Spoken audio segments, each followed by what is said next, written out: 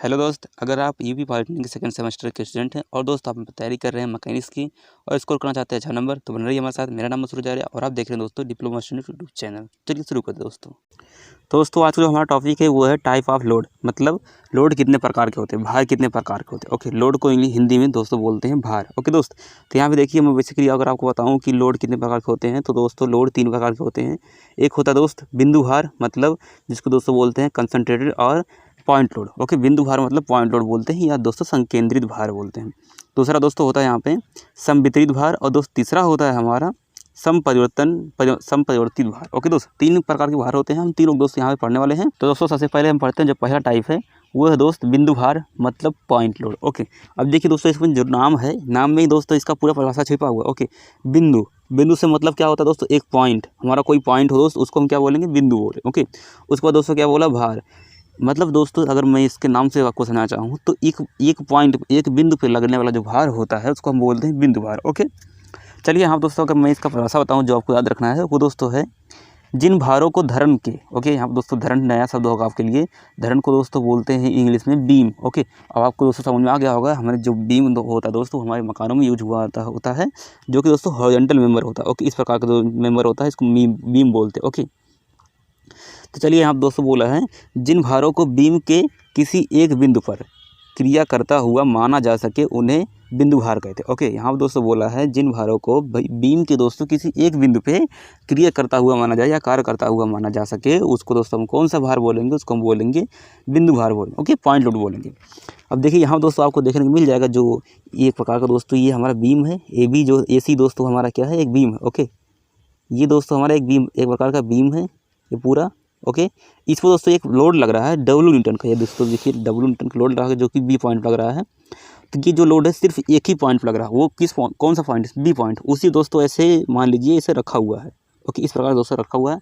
तो इस पॉइंट को दोस्त इस लोड को हम बोलेंगे पॉइंट लोड। ओके, मतलब दोस्तों उसका जो हमारा जो जगह होगा दोस्तों जो जगह छेकेगा वो सिर्फ एक बिंदु की जगह, एक बिंदु कितना ही जगह छेक पाएगा, तो मतलब उसको क्या बोलेंगे, उसको बिंदु भार बोलेंगे। ओके, अब दोस्तों यहाँ पे दूसरा भार आता है हमारा संवितरित भार, जिसको दोस्तों इंग्लिश बोलते हैं हमारा uniformly distributed load. Okay, uniformly distributed load या दोस्तों UDL बोलते हैं।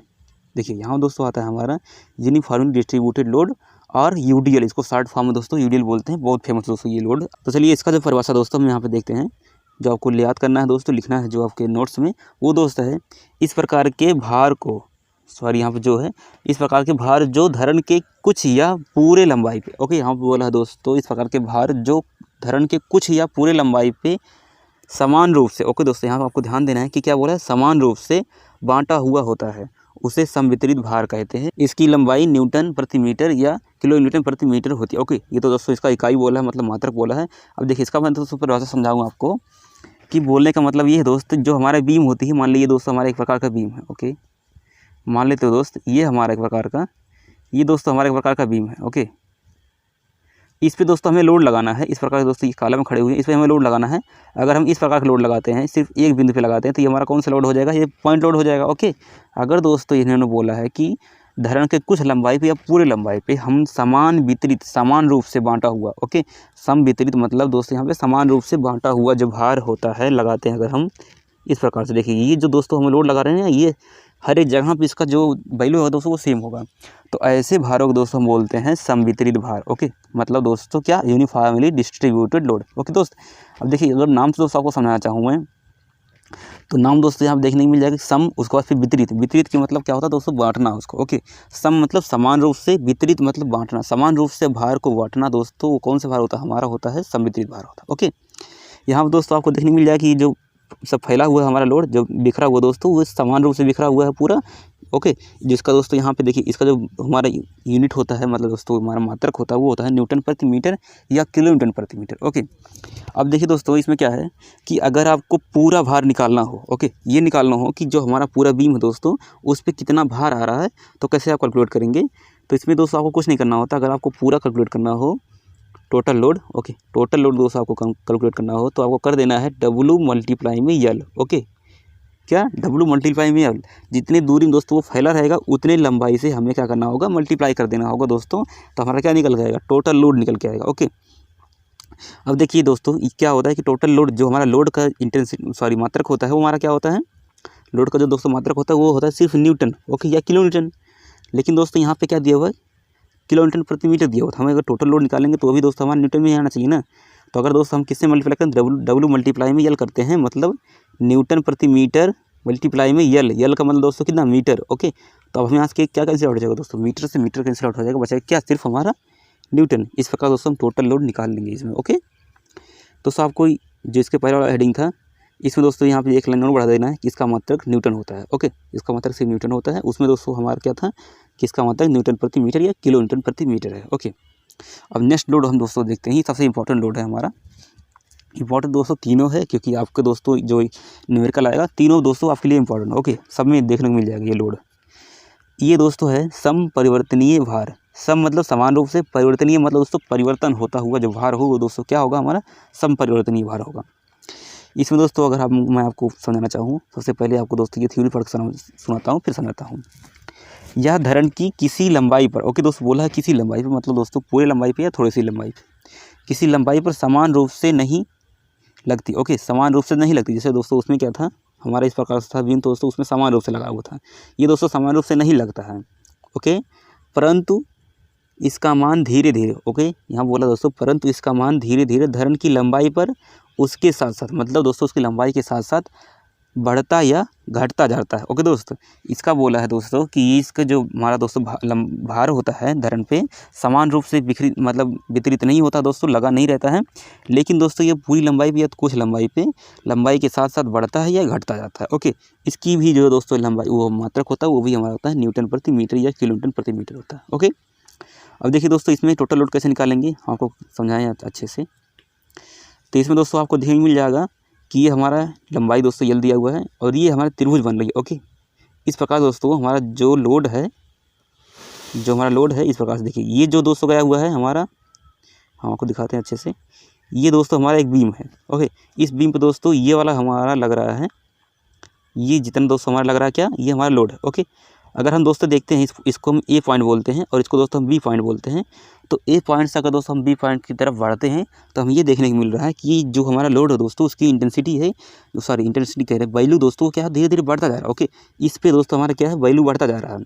लेकिन दोस्तों उसका जो दर होगा, जो इंटेंसिटी होगी दोस्तों बढ़ने की जो दर होगा दोस्तों, रेट होगा, वो समान रूप से होगा, ओके। जैसे अगर यहाँ पर दोस्तों 0 है तो यहाँ 5 हो गया, ओके। अब यहाँ दोस्तों 10 हो जाएगा, यहाँ 15 हो जाएगा, उसके बाद फिर दोस्तों यहाँ 20 होगा।